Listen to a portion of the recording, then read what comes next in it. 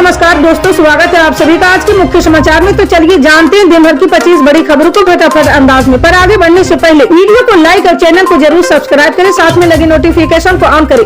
चलिए video start करते हैं। आपको बता दें कि लोकसभा चुनाव 2024 के लिए जनता का फैसला अब सामने आ चुका है। जी हाँ, मतगणना के एक दिन बाद तस्वीर और ज्यादा साफ हो गई है। 543 सदस्य लोकसभा में 292 सीटें हासिल करने के बाद भाजपा के नेतृत्व वाले एनडीए ने जीत हासिल की है। इंडिया गठबंधन ने सभी एग्जिट पोल और भविष्यवाणियों को धता बताते हुए 234 सीटें हासिल की है। जी हां, 2024 के लोकसभा चुनाव परिणाम से सबसे बड़ी बात ये रही है कि भाजपा की सीटों की संख्या में गिरावट आई है। 2019 के चुनाव में 303 सीटों पर जीत दर्ज करने वाली नरेंद्र मोदी की अगुवाई वाली बीजेपी इस बार 240 सीटों पर सिमट गई है। ये भाजपा के लिए एक कठिन राजनीतिक तस्वीर पेश करता है। नई सरकार अपने गठन सहयोगियों खासकर तेलुगु देशम पार्टी टीडीपी और जनता दल पर बहुत अधिक निर्भर होगी। नए जनादेश के कारण एक दशक के एकल दल के प्रभुत्व का अंत होगा और केंद्र में गठबंधन सरकार की वापसी होगी। जी हां, बीजेपी के खराब प्रदर्शन का एक सबसे बड़ा कारण उत्तर प्रदेश, राजस्थान और महाराष्ट्र जैसे बड़े राज्यों में उसका प्रदर्शन है। दरअसल भारतीय राजनीतिक में ये कहावत सच साबित हो रही कि दिल्ली का रास्ता लखनऊ से होकर जाता है।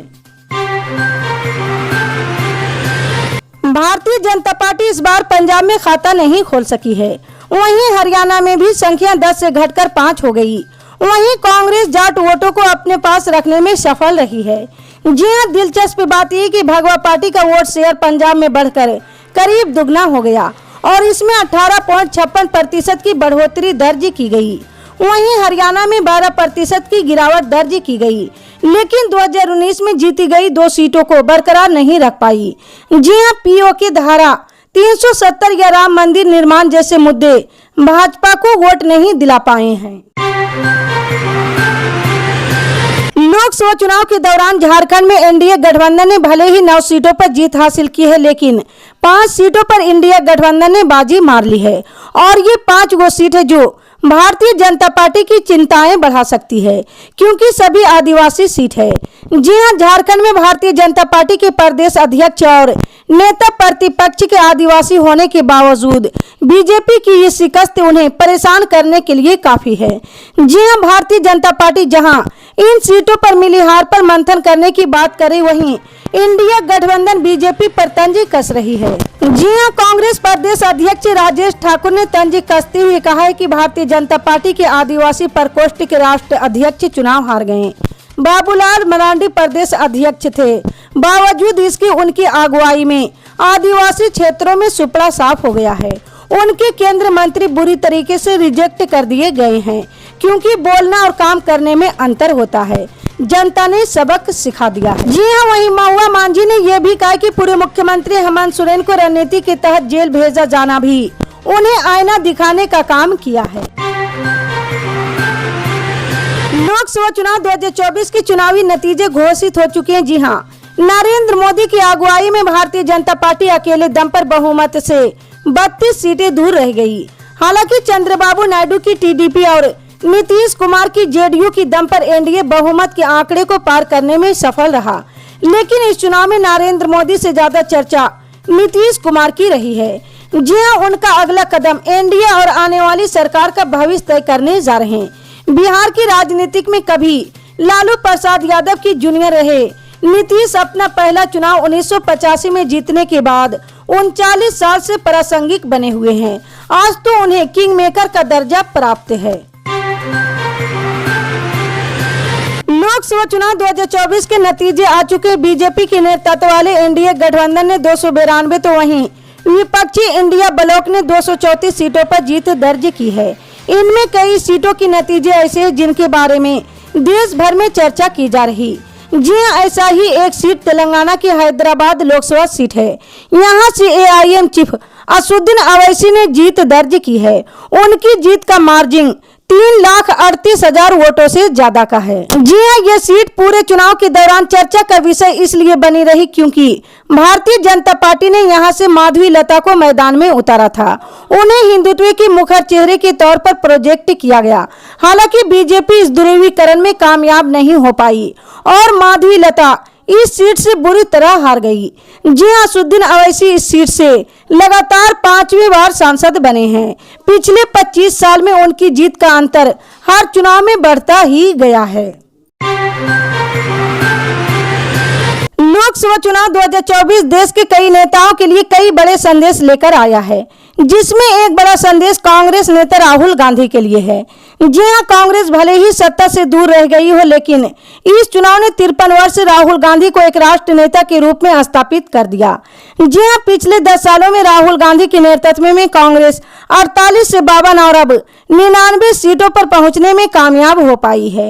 हालांकि इसे उपलब्धि माना जाए या नहीं, ये एक बड़ा सवाल है, क्योंकि उसका मुकाबला 2.5 गुना बड़े प्रतिद्वंदी से है। जी हाँ, सियासी विश्लेषकों की माने तो आज के राजनीतिक परिदृश्य में ये एक उपलब्धि और इसके लिए राहुल गांधी को श्रेय दिया जाना चाहिए। ये फैसला राहुल गांधी को 5 प्रमुख मामलों में सही साबित करता है। भारतीय जनता पार्टी ने इस बार के लोकसभा चुनाव में केरल पर पूरी तरह फोकस किया हुआ था। यही वजह है कि बीजेपी वाम मोर्चा और कांग्रेस के गढ़ में अपना खाता खोलने में सफल रही है।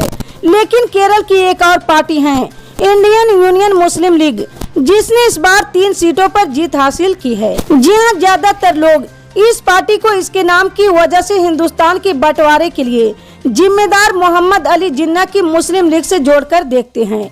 लेकिन क्या इंडियन यूनियन मुस्लिम लीग का वास्तव में मोहम्मद अली जिन्ना से कोई संबंध था?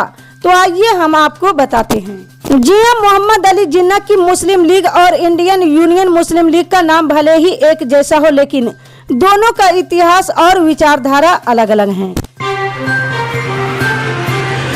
नरेंद्र मोदी ने प्रधानमंत्री पद से इस्तीफा दे दिया। इस्तीफे से पहले आखिरी मंत्री परिषद की बैठक में चुनावी नतीजों पर उन्होंने कहा कि हार जीत राजनीति का हिस्सा है, नंबर गेम चलता रहता है। 2024 के नतीजे घोषित होने के बाद मोदी ने पीएम पद से अपना इस्तीफा दे दिया है और अगले कार्यकाल के लिए वो 8 जून तक फिर से प्रधानमंत्री पद की शपथ ले सकते हैं।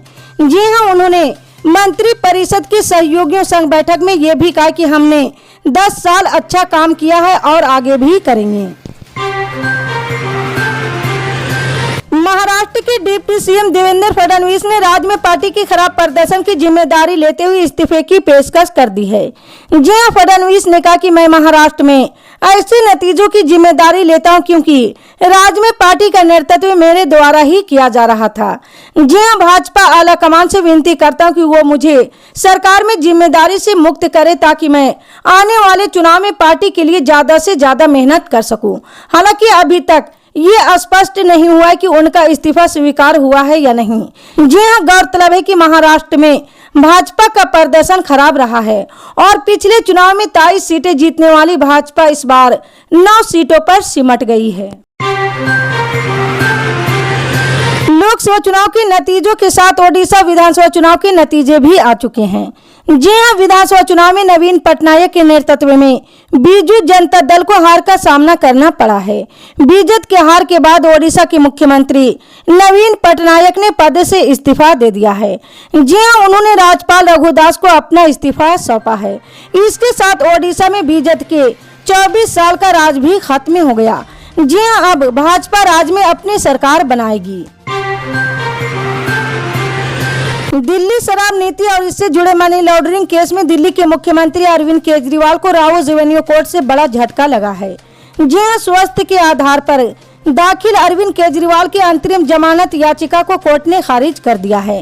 केजरीवाल ने सेहत का हवाला देते हुए अवश्य जांच के लिए 7 दिनों की अंतरिम जमानत की मांग की। जी हां, बुधवार को अपनी अर्जी पर फैसला सुनाने के लिए केजरीवाल वीडियो कॉन्फ्रेंसिंग के जरिए कोर्ट में पेश हुए हैं। राउज एवेन्यू कोर्ट ने फैसला सुनाते हुए अरविंद केजरीवाल की न्यायिक हिरासत 14 दिन बढ़ा दी है, यानी अब केजरीवाल को 19 जून तक जेल में ही रहना होगा। दिल्ली में इन दिनों भीषण गर्मी पड़ रही बादलों की आवाजाही से कड़ी धूप से थोड़ी राहत जरूर मिली है, लेकिन फिर भी गर्मी कम होने का नाम नहीं ले रही। जी हां, मौसम विभाग की माने तो कल यानी 5 जून से लेकर 7 जून तक दिल्ली में बादलों का पहरा रहेगा और इस बीच आंधी चलने और हल्की बारिश होने के आसार हैं। हालांकि मौसम में बदलाव होने के बावजूद गर्मी से राहत मिलने की कोई आसार नजर नहीं आ रहे हैं। जी हां, IMD के मुताबिक इस पूरे सप्ताह दिल्ली का दिन का पारा 40 डिग्री से ऊपर रहेगा। वहीं सप्ताह के अंत में तापमान 45 डिग्री तक भी पहुंच सकता है। इसी तरह की पल पल के अपडेट जानने के लिए जुड़े रहे हमारे MSP न्यूज के साथ। मिलते हैं अगली बड़ी खबर में, तब तक के लिए जय हिंद।